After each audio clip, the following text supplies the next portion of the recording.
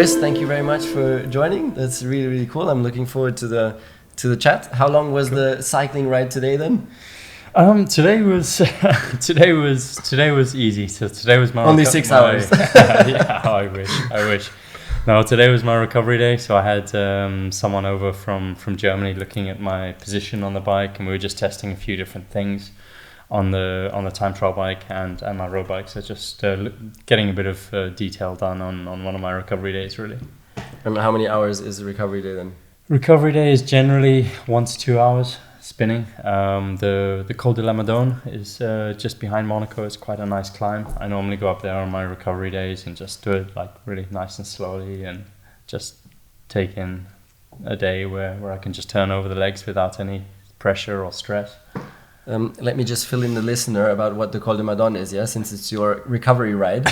I sometimes don't even make it to the top because it's our biggest mountain right around Monaco. And it's actually, it's the community race course. So all of us hobby cyclists, that's cool. That's where we measure ourselves. Therefore, spontaneously now, I need to ask you for your best time, and I'll tell you my best time. I'm actually community champion, by the way. Nobody's ever beaten me up there. So, okay, I mean, I will admit it is a climb where we do go and test ourselves. Often just before a big event like the Tour de France, we'll go up there and we'll go absolutely full gas just to see exactly where we're at. And I think the fastest I've ever been up there is just over 30 minutes, like 30 minutes and 6 seconds. But I'll let you in on a little secret. I know someone else who's gone up there quite a bit faster. Really? One of the local pros living around here, but... yeah. Really? How is that possible? Because it's just on the short, then they're better than some of the best, or what? Because it's only 30 minutes. I think it's always, if you find it's very different testing someone on a stage of the Tour de France, say 5-6 hours of racing, and then you have to go up a mountain like that. But if you arrive at the foot of a climb like that, completely fresh, some guys can absolutely turn themselves inside out and fly up those kind of climbs. Okay, so because it's a bit of a difference, huh? But here's the real question: is what was your time up there? There you go. Thank you very much. 44:57. 44:57 was my time, and that was 270 watts. Okay. Wow. So only 50% time off that, and you'll be the pros. Oh, jeez. Do you know your wattage? It was about 470. 470. Yeah. That's incredible. That is unbelievable. Oh. I couldn't even push that for 15 seconds. Unbelievable. It is my day job. So yeah. Awesome stuff.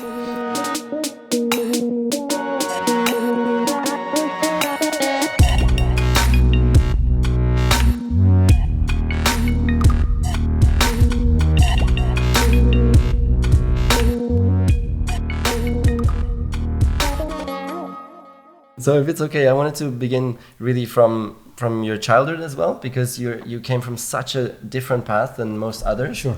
And pretty extreme as well.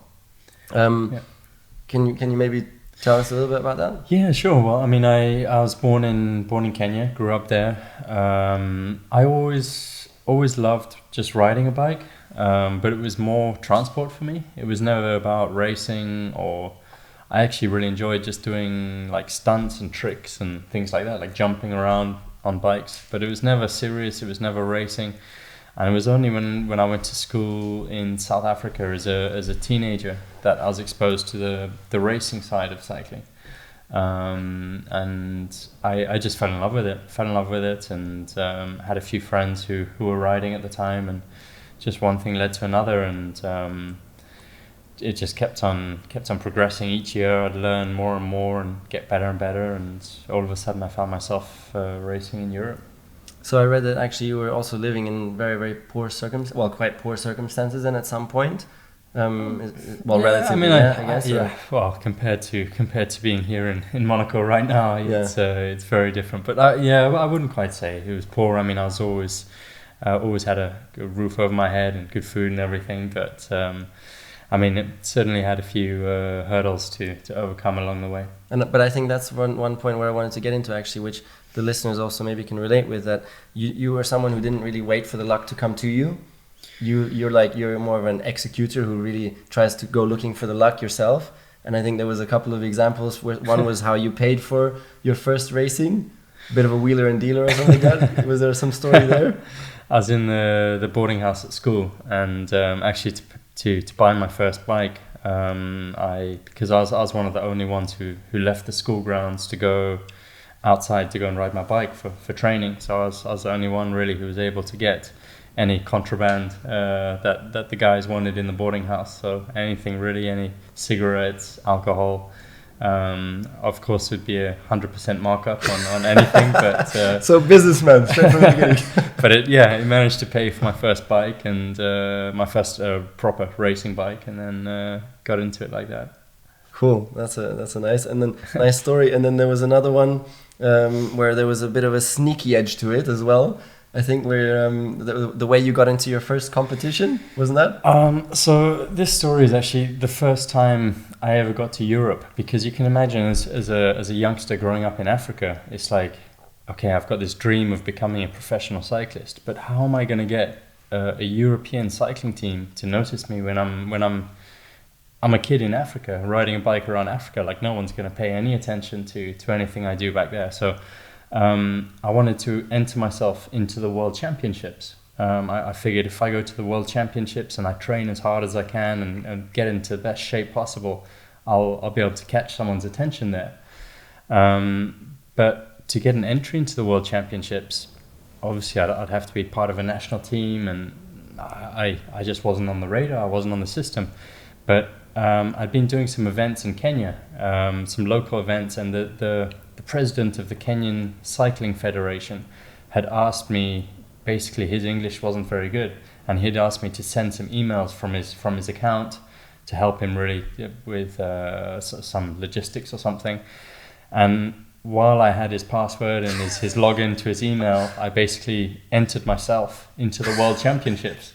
How cool so you is can that? imagine this kid from Kenya just pitching up at the World Championships on my own, no support team or anything. I just pitched up there, walked into the managers meeting. I said, yeah, I'm the manager. I sat there, got all the briefing notes and everything of how everything had to happen. Took off, got myself onto the start line, obviously flew down the starting ramp, and after 100 meters I crashed straight into the first commissaire standing on the corner, which was, so I mean, it was definitely a way to make an entrance into professional cycling. But yeah, I mean, it's quite a story. I mean, I think it goes to show again, just that whole, my mentality has never been, especially in professional sport, I don't believe anything is given to you for free. I think you have to work extremely hard. You need luck, but you make your own luck as well. So, I mean, getting myself over there was just a start, but I think it just obviously showed how ambitious I was and how badly I wanted to get over. But I really believe that, yeah, that of course every successful person has had luck along the way. 100%. But so much of that is you make it yourself. It's Yeah. really, it's both, yeah. Yeah. And I'm very much convinced of that as well. Have you got any cool little stories about when you got in and things you had to do to get yourself that drive? Well, of course, I came from a much more privileged background in that sense, yeah. So of course, growing up in a wealthy family. So that made things in many ways easier, yeah, a little bit. But then I guess also there was a lot more expectation on your shoulders. Yeah, that's very true. From very early on, everybody was just looking at me and comparing me to my dad, right from since I'm 10 years old. Yeah, and that's tough. That's true, yeah. So there's one advantage, which is it's easier financially, but then there's the pressure on the other side, which makes it a lot more difficult. And my dad was world champion. So to rise to those expectations is always going to be massively difficult. So that was quite a weight. Did you always grow up as a kid always looking at your dad thinking that's what I want to do one day? Yeah, he was the inspiration. Yeah. Okay. He was the Cool. inspiration because just coming through when I was 10 years old, I was watching him race, and it was amazing. The cars, the fans, the battling, the racing, the winning. It was just unbelievable. And so that's really where my dream also was born, Started. to do it myself. Yeah, so that's where I had this inspiration. But you growing up in Kenya, where of course because it's so off the beaten track from professional cycling, how did the inspiration come for you? No, definitely. And I mean, even going back to the days when I was living in Kenya, I didn't even know what the Tour de France was. I mean, I'd never seen it on television. It wasn't broadcast there. I don't think I really even watched much television when I was growing up there. But it was a bit unorthodox. It was the captain of the Kenyan cycling team. I'd gone along to a charity event, and I met this guy who, he had dreadlocks. I mean, quite a character, but just like one of those guys who's just so full of life and so just passionate about the sport. And you could see just he passed that passion on to everyone around him. And he said to me at the time, he's like, yeah, come join us for a few training rides. And I took him up on the offer, of course, and just fell in love with it. And for me, I think he became that idol for me. That's also repetitive, that there's always these characters that somehow come from nowhere and then become so crucial in the all the rest of the career, huh? And I often see that as well in successful stories, that suddenly these people come in from nowhere, and so probably an advice can be to really try and embrace those moments when people like that appear, huh? I guess 100%. That's the best message, maybe. That's it. And do I have somebody like that? Not really. Your dad, I guess. Yeah, well, okay, to an extent, yeah. Yeah. No, my father, of course, yeah, totally. He was, but I didn't really embrace that much. I struggled. Okay. I struggled to listen to his advice. That was never easy, unfortunately. But yeah, anyways. So then, and do you think that coming from a childhood like that also made you stronger and mentally, or do you think not really, that actually it's more in you just genetically that you have this great mental strength?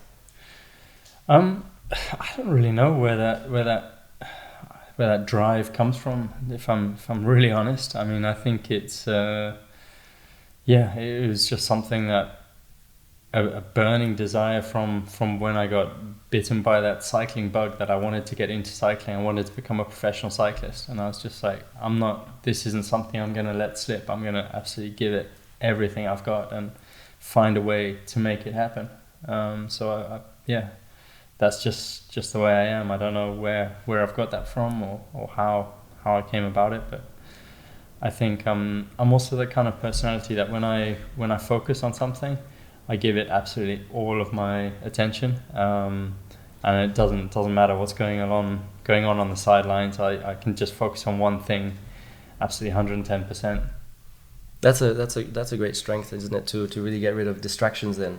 Because distractions are in today's world, all over the place, isn't it? So you think that's really something you're good at, yeah? Top level sportsmen. I mean, I guess you could probably tell me the same about drivers. I mean, that you almost have to have that single-minded focus on the sport that you're doing. Otherwise, you're just not going to make it. I'm not sure. I mean, look at my ex-teammate Lewis Hamilton. I don't know if you follow a little bit what he does. He is all over the shop. I mean, just absolutely all over it. Yeah. Yeah. I mean, he's doing in the last race. He was doing Will Smith social media stunts right before the race. Yeah, like with fans going crazy and this and that. They made a whole movie more or less on social media just before the race. That's incredible. Like for me, that would have been unimaginable. Yeah, I mean, I would have messed up my start 100% guaranteed, and yet he delivers always. I guess. So I think it's not a given. Yeah, maybe not a given, but yeah, I guess you have these freaks who stand out and can just do stuff like that. Yeah, and I think we've seen that in cycling actually too. There's been some who are just so incredibly talented that they can beat the opposition even if they don't have that total commitment and discipline. There's been examples, no? Would you be able to name one? Or? I'd say someone like Peter Sagan at the moment. Really? He's like that? I'd say he's a guy who's probably, I mean, I don't know him that well personally, but just from the outside, it looks like he's just all over the place doing all kinds of different things. He's skiing one weekend, mountain biking another weekend, doing like all kinds of random stuff, but then he pitches up at the race and just like kills everyone. So I guess there are a few freaks out there. Yeah. No, but it's the same. The rest of us, we've got to actually work hard and just block everything else out. Exactly. That's true, yeah. Maybe I wanted to skip over also to one of your great competitors and actually teammates as well, because there's some synergies maybe to the situation that I was in, and that's why it's quite interesting. So the first time you really had a shot at winning the Tour de France, which is your big goal. Yeah. You were number 2 in the team, yeah, and Bradley was then number 1. Yeah. But you were the better cyclist. And how did the team first of all manage that in that situation? And then what was your decision process as well to then be obedient rather than just say, I don't give it, I don't care, I don't care, I'm just gonna get this win and that's it because I'm the best guy out there? There were definitely a couple moments when I thought, right, I'm just gonna go for it now. But the team orders and the guys calling the shots in the cars were straight on to me and called me back basically. You could have pulled the plug. Could have, yeah, exactly. But I mean, the difficult part for me was trusting him as the leader. Given that in the last, if you rewind 6 months, the last big race we had done, so it was the Vuelta a España, the Tour of Spain. So similar to the Tour de France, same 3 weeks, but just in Spain. I'd gone there to support him, and he fell apart in the last few days. And then at that point, the team turned to me and said, "Okay, now you have to try and win it."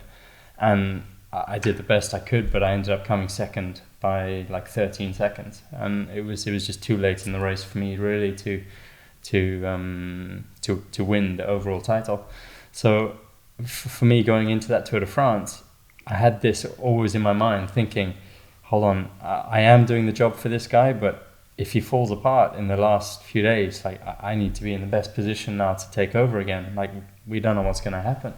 And he had never won the Tour de France at that time. I mean, okay, I'd never won it either, but there were a lot of reservations in my mind, and obviously following team orders was what I had to do at the time. And I did do that. I did fall into what the team wanted me to do, and thankfully we did get to Paris actually first and second.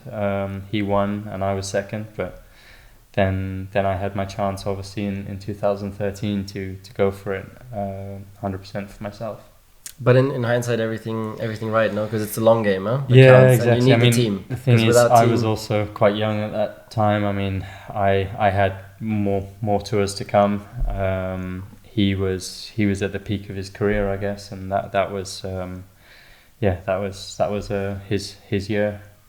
So I mean, I think being part of a team, you have to make sacrifices here and there, and that for me was one of the sacrifices. I mean, I don't regret it. That's sport. I mean, I think you've been in very similar circumstances, I guess, with Hamilton. Big time, yeah. I mean, how did you deal with that? Same as you, really. Just played the long game, and because I also realized that without the team I'm not going to be able to do anything, yeah? And if I go against the team early on, then I'm going to have no support when I need it. And so maybe even some of the listeners won't remember, but in the championship year that I had in 2016 in Monaco, I was running second and I was really struggling in the rain, and Lewis was third and Ricciardo was going off in the distance, and so the team said let Lewis pass, and here I'm leading the championship, yeah, and fighting with the championship just against him because Ricciardo was never going to be a threat. Yeah. And they say let him pass. It was agreed. That's tough. It was agreed beforehand that every race the team still has the duty to win that race. Yeah. So even though you're fighting for the championship, higher priority is winning the race. Okay. So if one guy can't, then there might be a chance that you need to let him pass to give the other guy the shot. Okay. So that was pre-agreed. That made it a little bit easier, of course, but still so hard. And he went on to get the win. So he won that race. I dropped further back and finished 7th. And if I wouldn't have let him pass, he would never have come anywhere close to winning. Yeah? So that was so tough. But even in hindsight, totally the right thing. Because I had the full support, 100% then from the team behind me. And that is one of those ingredients that are just absolutely necessary to come home with a win in the end, or for you to then win. If you hadn't followed team orders, do you think that would have made things very, very difficult to sort of basically continue the relationship with the team? Yeah, I don't know. If I wouldn't, I mean, it would have been mainly on management level. Yeah, I think everybody below would even have understood if I wouldn't, because I'm fighting for the championship. But on the management level, it's been so hard, and management level support is so crucial, because so often they have to make a decision. Yeah, they can't equally treat both, and so they're trying to always balance it out. And so it's really important to have their backing. Yeah, so I think it was. I'd have to agree. Because I think pretty much the same for me. Had I gone against team orders there, I would have probably been looking for another team. You were out of a job. That's it. We even had a couple of zeros as on the contract as penalties in case, but I won't go into those details. There were some pretty hefty penalties if we did some things wrong. What was the next thing I wanted to get into then? Yeah, how was it? Let's go into something nice then, really, because it's always special. We have this incredible privilege to experience these emotions of winning. And which most people who are now listening, or you listening, will experience, but in different ways. I think the sporting peaks of you going on the Champs-Élysées and crossing that finish line.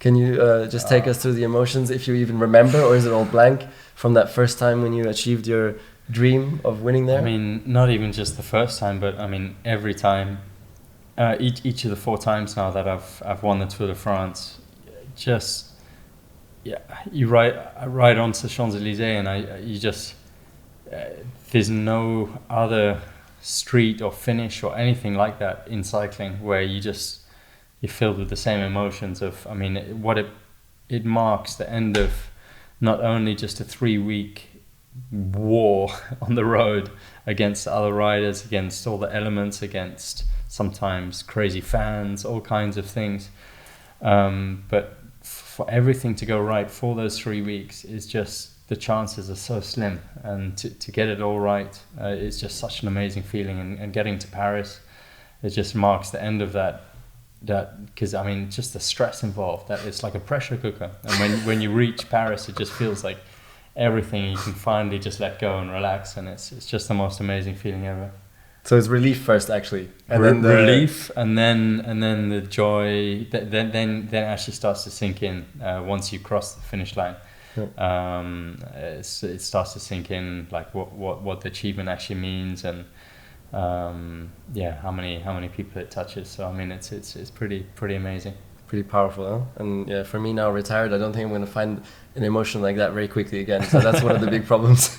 One of the big problems. What do you find for you was the sort of the moments that stick out in your mind as really like those shining moments? Is it actually crossing the line in the car, or is it standing on the podium, or is it what is it for you? My most I have 2 probably that are most powerful. Is one, winning Monaco for the first time, and there it's really crossing the line. Yeah. And it's that moment, the finish line is just passing through and it's done. Cool. And then being in the car on my own. Yeah. Monaco, the most legendary, biggest race. Of course. I never had the hugest self-belief, so I never thought I would ever be able to win that. And suddenly I'm there in a Mercedes, and I'm winning that thing, and it's my home. Yeah, I grew up here. Yeah, of course. And my way to school, where my mom drove me to school every day, is through that tunnel. And so now I'm there leading the Grand Prix race, which I've grown up to watch every year. As a 4-year-old, I'm sleeping in my bedroom, and 9 o'clock in the morning, Thursdays, before going to school or whatever, the sound of the V12 engines through the tunnel wake me up. And this is my childhood memory. Ayrton Senna driving through the tunnel with a red and white car with his yellow helmet. This is my first memories, yeah. And now I'm there, and I'm first, and I'm about to win this thing. So that's incredible. That's one of the most powerful moments. Also in the after party afterwards, to be honest, that was pretty good. I think in cycling you're pretty good at partying as well, huh? Everybody thinks, oh no, these guys, they won't touch a drink, but I think I've heard rumors you're pretty good at that as well. So we're okay with that in Formula 1 too. And the second one was when I won the championship. The first was relief, just as you had. So not the ecstatic, incredible emotions. It was just relief first, because the pressure was gigantic, unbelievable. And then the fun came when my wife came on the radio and said, Muki is how she calls me. We did it. And then that clicked suddenly, because I didn't expect it. It came out of the blue. Yeah. And it was my first connection with somebody else, because I was on my own out there. And then my wife saying that in my ears, that was insane. I mean, I can even get emotional again now. That was that's a unbelievable moment. So those were, yeah. Cool.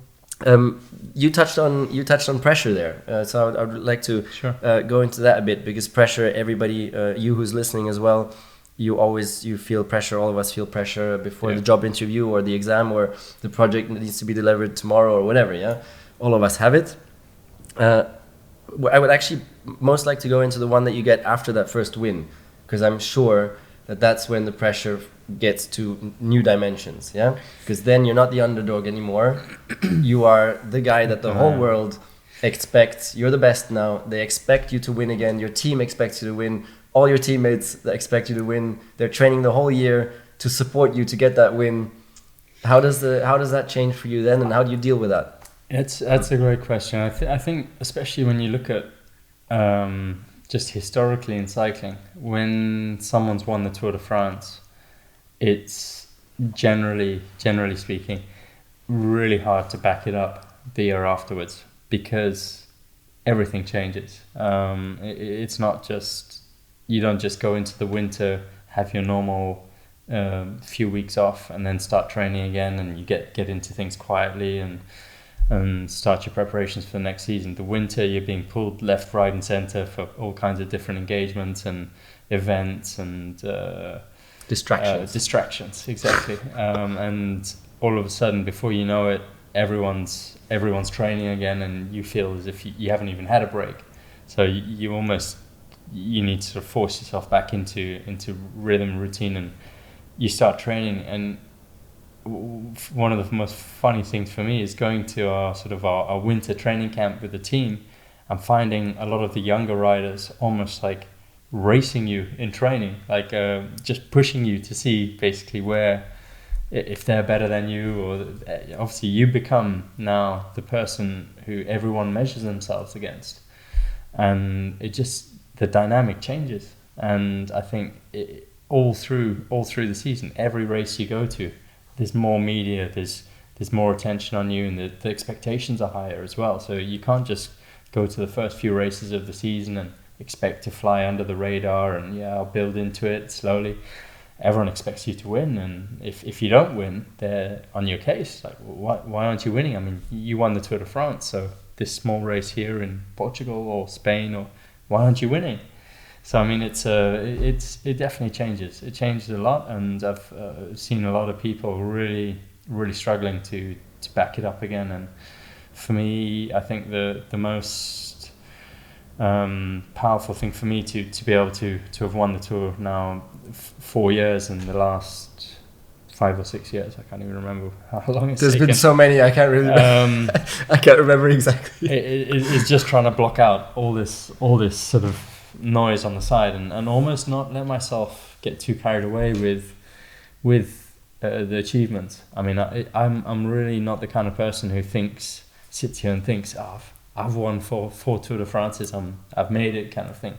I'm always looking ahead at the next thing, and I don't think I really let myself fully switch off yet. And I think I've got lots of time for that when my career's done. When I'm 14, I can look back and think, that's what I've done, I'm happy now. But right now, when I'm still in this right now, I'm very much looking ahead, and I mean, planning is already well underway for next year's Tour de France. But this is more your natural side now that you're talking about, I think, which is just you're so damn competitive and just want more, and you want another one, and you just cannot accept that I mean, you want to win that thing, of course, again. Yeah. I mean, so the big thing for me now is to try and join this club of this very sort of elite group. There's 4 people who have ever won the Tour de France 5 times. Yeah. So I'll be amazing to become the 5th person in that group. But doesn't that again put so much? From there. I mean, if you're thinking about that, that's probably not the best thing, is it? Because that's going to put so much pressure on yourself as well. It's pressure, but I actually deal really well with pressure. Like, I find pressure, it's fine, it's there, but I just keep doing what I need to do and focused on everything that I need to be doing. So I know what I have to achieve and what's there, what the potential is, but at the same time, I'm not going to let that throw me off or make me make mistakes because of the pressure. one more time on the pressure. You say these expectations cause more pressure. Why do you care? Yeah, true. Like it's just. I'd have to say, I think the point where you actually physically feel the pressure is, say, a race like the Tour de France starts, and you do the first week. Someone else is wearing the yellow jersey. The race hasn't really got too serious yet because you haven't hit the really high mountains. But the second I've always found, the second that I put that yellow jersey on my shoulders, I found then it feels like, okay, now it starts, and your day just gets longer. Recovery time is less. Everyone on the road is like literally looking to how to beat you every day. So that's where I'd say you really feel the pressure. And guys who take the yellow jersey early on in the Tour de France and hold it all the way through, I mean, just chapeau. I mean, it's a lot of pressure there. So maybe just as everybody listening as well, us sportsmen, we're only human, and we also want to satisfy the expectations of other people who are watching us. I guess that's sure. I guess it's only natural. It's only natural that when there are expectations there, you want to fulfill them, and you don't want to be facing that negativity when you don't fulfill expectations. Yeah, which all of you also have. Surely your boss has expectations for you listening, or your friends, or whatever. Yeah, sure. Similar, just that in sports it's times 100,000 because it's just huge. What would you say are the biggest moments for you where you felt, okay, this pressure is actually I have to take a few minutes here to actually remember to even take a few minutes to breathe, because you just feel as if everything's closing in on you. And I mean, I guess when you're going for a championship, I mean, that's the one. That's got to be enormous. Yeah, that's the one. That was the biggest I've ever felt in sport in general, and couldn't sleep, couldn't eat. Couldn't sleep even. Okay. Couldn't sleep, couldn't eat, and and then you go into this spiral, which then you think, okay, I'm not sleeping, not eating, I'm not going to be able to perform. Yeah, I need to sleep, I need to eat. Yeah, and it just puts you into this spiral, and then it was like unbelievably demanding, really, really, one of the most difficult circumstances for me to cover. And what really helped me was preparation, because exactly like you, I had going into that simplified my life totally. So I'd removed everything. I didn't even have phone. I did nothing. It was family, racing. There was nothing else. Okay. I didn't. Incredible. Zero. Yeah. No, I didn't look once in social media. I didn't read one news for the last 6 months or 5 months. I was heavy into meditation as well. So I tried to bring in the antidote to pressure, which was the whole well-being, relaxation aspect, and tried to reinforce that as much as possible. Yeah. And as you know as well, your recovery is everything. You actually improve your performance in your recovery in cycling, don't you? That's it. And that's what. So I put so much effort into the whole recovery and balance area. So meditation, the way I was feeding, the rhythms, the focus, everything. Yeah. And so that's what then gave me that couple of % more energy, I guess, in those extreme situations. Cool. And then I was in that hotel room again yesterday. And the worst thing was that Friday night, going into that last weekend, 3 o'clock in the morning, I finally got like 3 hours where I was able to sleep. And you will not believe it, probably happens once in a lifetime, the halogen bulb from the ceiling, the whole thing, fell onto the sideboard in my hotel room. No Unbelievable way. And woke me up, because it did the biggest smack in the room, like shocked me. I was adrenaline through the roof. You must have thought. No, really, I was what so was going on in that room? How is this possible? So I got a whole week of hotel free from the manager, because I told him Sunday night. But unbelievable. I mean, that was the only thing that was missing. Yeah, was this damn halogen light bulb that smacks onto the table next to my bed. Yeah, unbelievable, crazy. And I was in the room on my own because my family was there, but I slept on my own to have really full peace and quiet and everything. Yeah, so that's what I did to help. And it worked out. It was just enough. Cool. Anyway, then what was the next one? You built it yourself. Bigger, lowest. Low points. I think that's important to cover. Yeah. Is the crashing out of Tour de France one, or would it be something else? I'd probably say crashing out of a race is probably as low as it gets for us. So then something like, obviously the Tour de France, you spend, I mean, we're in November now and I'm already planning and training hard for next year's Tour de France in July. I mean, you spend, months getting ready for these events. And if 2-3 days in, you have a crash and, like I did in 2014, day 3 or 4, there's a touch of wheels just in front of me, slipped, and broke my scaphoid on my hand. And it's just like, even at that point, I got to the finish that day. We taped it up and tried to sort of make a makeshift splint, because I just didn't. And the next day was actually a cobble day. So on cobbles, it's like probably one of the toughest kinds of stages you could put in a race like the Tour de France. And I still went into that stage with a broken scaphoid, and I told myself that I might be able to hang on and get through, but I crashed twice before we even saw a cobble, just because again twice, just because I couldn't control my bike, because this hand was completely swollen and bandaged up and everything.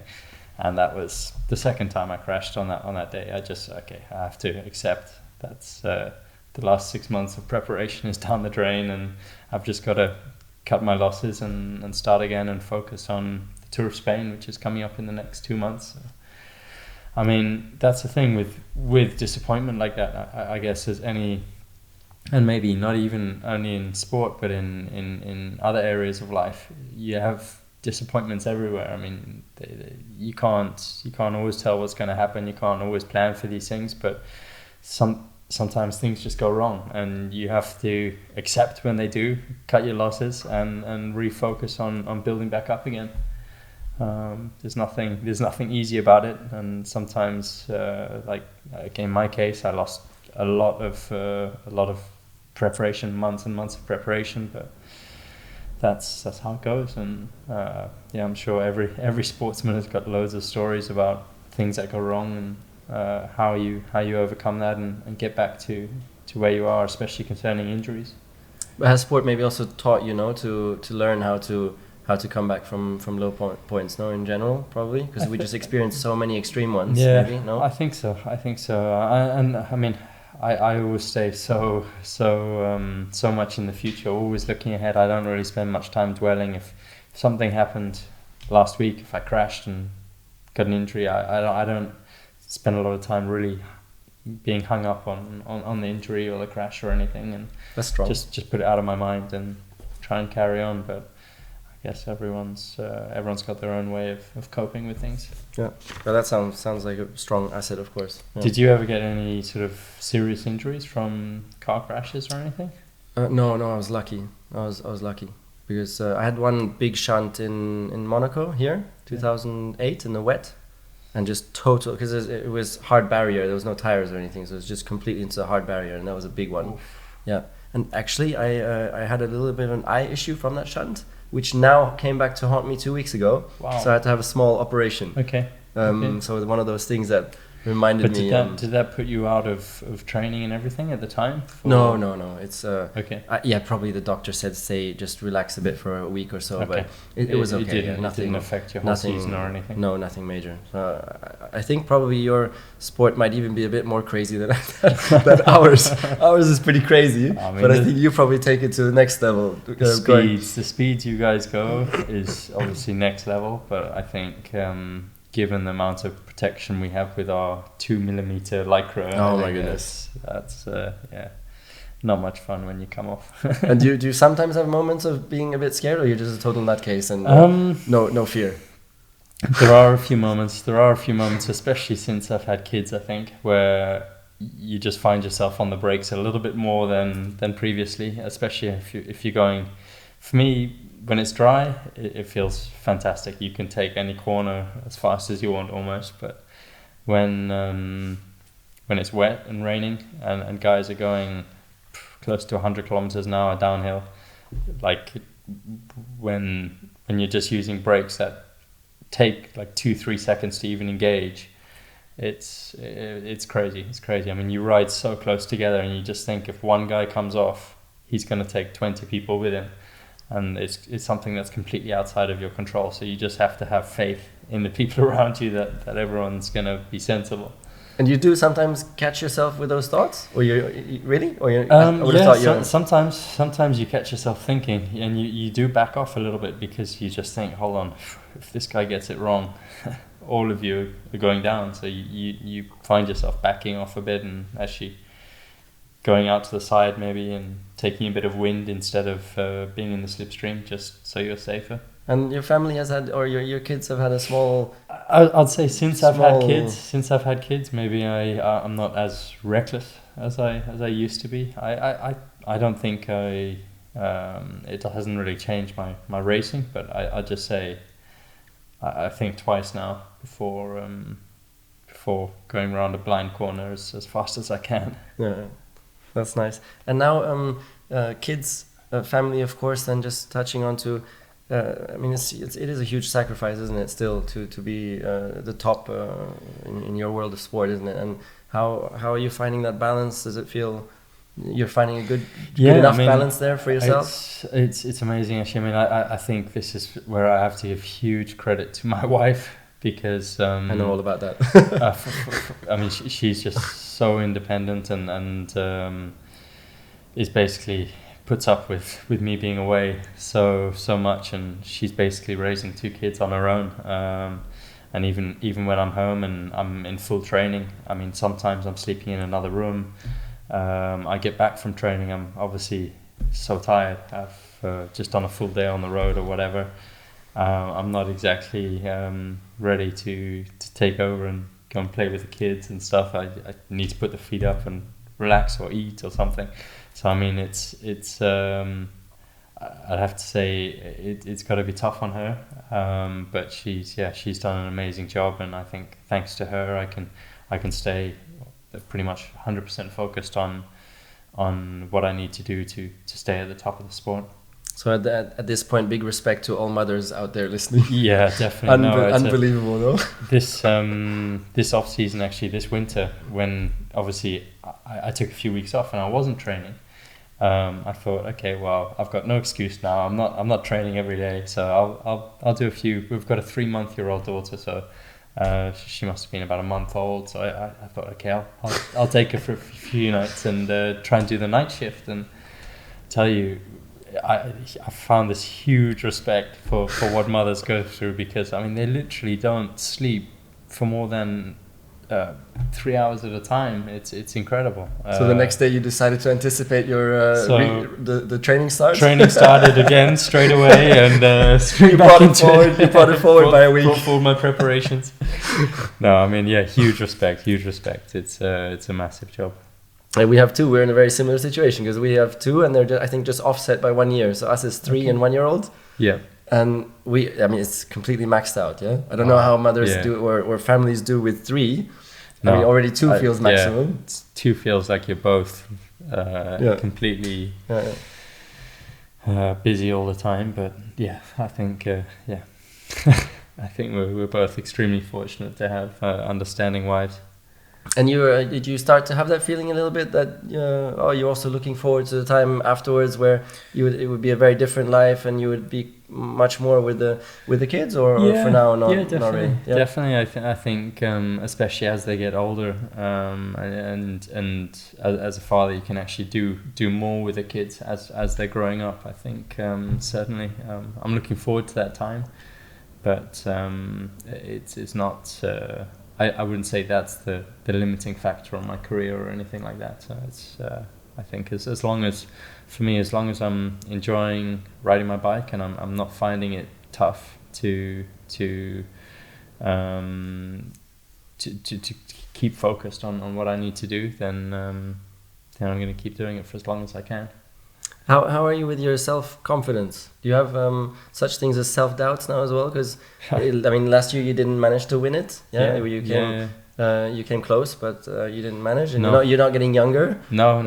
Do you have self-doubts as well going into next year? I don't think there's a professional athlete out there who hasn't had some kind of serious doubt issues along the line. I mean, I think it's almost in our DNA as professional sportsmen to always be questioning yourself and doubting, am I fit enough? Am I strong enough?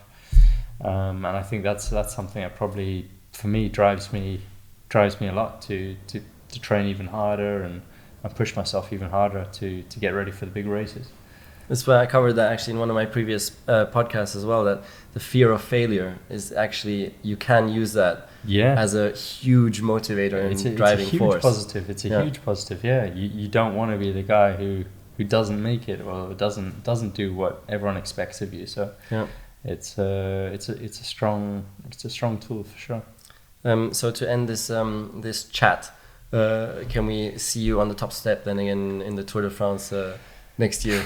Listen, I'd love to be there. I mean, it's I'm already starting all the preparations now to get ready for it. So I'm gonna give it everything I've got. We'll be cheering you on. I love the sport. I'm always watching every single year. So thanks I really like it, and it's awesome. really impressive to watch. One more a small add-on. So I just bought myself actually a Vanmoof electric bicycle, which is like a Tesla of electric bikes. Is there any really crazy anecdote where you've actually seen someone use? There's so many rumors out there.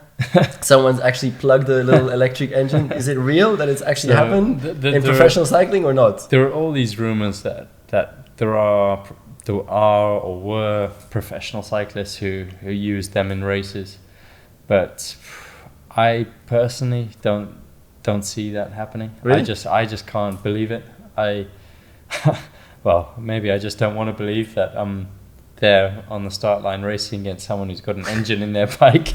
And they still don't have a chance against you. But no, I mean, actually something quite interesting. So since, as long as I can remember really, since I started getting serious with the big races since 2012, they were already scanning our bikes. So you get to the finish line and they put like a tag on your bike, and that bike can't leave the finish area until it's been fully scanned. And so now they scan them, they put it in an X-ray machine, and actually check with all kinds of different sensors and whatever to see if there's any kind of a motor or a hidden engine inside the bike. So I just can't see how anyone could get away with it, but I guess the rumors will always be there. But if they do these checks, it means that something did happen once upon a time. Usually. No one's ever been caught, but the checks are there for a reason, and I'm actually quite glad they are there. It stops the temptation, I guess, for anyone who does want to try and put one in. I just want to cover the Team Sky approach with it's called marginal gains, sure. But many little gains add up to make a big improvement. Yeah. And many of us, and maybe you as a listener also, sometimes don't put effort into the little steps and just try and go for the big ones all the time and miss out on all the little steps. Yeah. Can you tell, this is one of the big secrets from Team Sky success. Definitely. Can you give two fun examples? It's something that people really take the piss out of us with. It's like, marginal gains, you're going to go and win the Tour de France because you've got a special mattress or something. It's like, come on. But I mean, jokes aside, you think about it. You're moving hotels every single night for 3 weeks during the Tour de France, and some of the hotels, quite frankly, I mean, they're like hostels. They're like, there's no space to even open a suitcase inside the room, and there's two of you in there, and the bed is like half the time you've got like a kid's bed or something like that. It's really bad sometimes. Why don't you use a motorhome that follows you around? Which would be fantastic, and the team actually came up with that idea as one of our marginal gains. So we rented a bunch of motorhomes, brought them to the start of the Tour de France, and the governing body of cycling went and changed the rules and said, no way, you have to sleep in the accommodation of what's provided for you, otherwise it's an unfair disadvantage and you'll be kicked out the race if you don't sleep in no way. So it's become like this running joke now. But seriously, I mean, so the team pack up 8 beds, 8 riders. Each rider has their own mattress, pillow, duvet that travels to every single hotel and goes like ahead of the race, and it's basically waiting for you at the next hotel, so that every night you get the same night's sleep basically. And it's just one of these little things. I mean, recovery is super important. So I mean, sleep is super important. So why wouldn't you focus on these kind of things? That's just one example. But the team's full of them. If you look at how we do our nutrition and there's all kinds of little things where, which we would call marginal gains. But well, obviously, all these little things will help you do your job better, and at the end of the day, make it easier for you as a professional. Yeah, well, it's a great, for sure, one of the important ingredients. Huh? So, dear listener, focus on the small things too. As a conclusion, get a good bed. Thank you very much. Cheers. Really, thanks a lot. Really interesting. Thanks for taking the time. No, that's good fun. And yeah, we'll be watching. Thanks a lot. Thank you. Appreciate it.